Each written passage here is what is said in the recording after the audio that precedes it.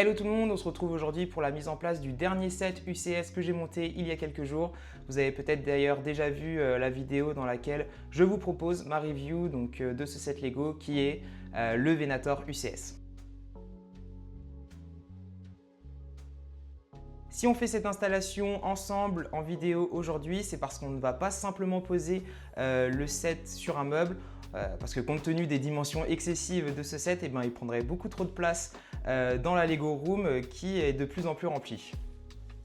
Donc l'objectif, ça va être de le fixer sur le mur, au-dessus de mon bureau, au-dessus de ma collection de vaisseaux en midi-scale, avec l'idée qui survole un petit peu la Lego Room. Si on y arrive, ça devrait permettre une belle exposition du set avec un beau rendu vraiment massif, en plus d'optimiser l'espace dans la pièce. J'ai donc acheté un kit de fixation à un vendeur particulier sur Le Bon Coin.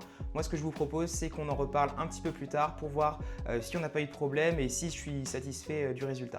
Bon allez, c'est parti, je vous emmène dans cette petite session de bricolage en espérant ne pas faire d'erreur de métrage et que tout s'enchaîne pour le mieux.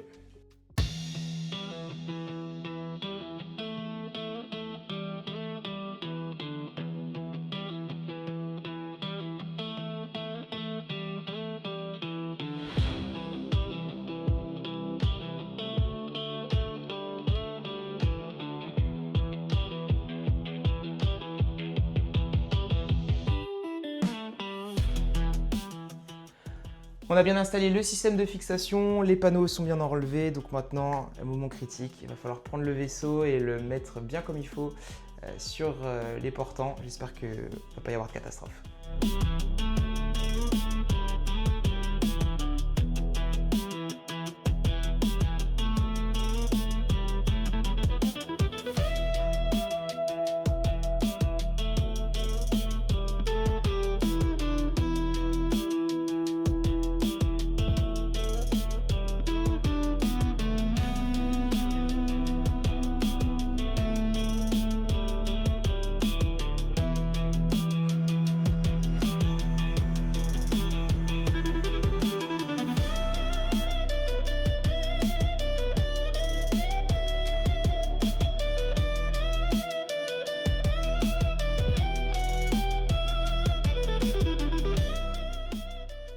Ça y est, enfin, après plusieurs dizaines de minutes, le Venator est fixé sur le mur. Je trouve le résultat super, je suis trop content.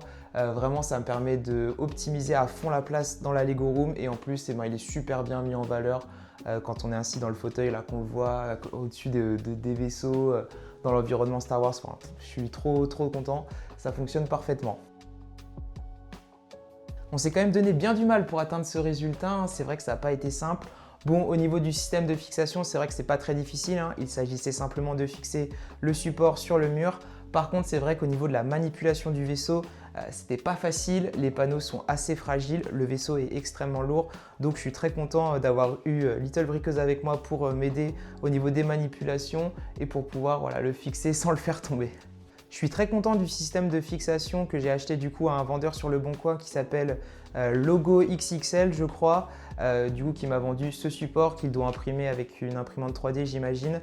En plus, il y a eu un petit peu des petits problèmes au niveau des pièces, donc il a été très réactif pour me renvoyer tout ce qu'il fallait, donc je le remercie. Et en plus, le support, je suis très content. Il m'a laissé la possibilité de choisir la couleur.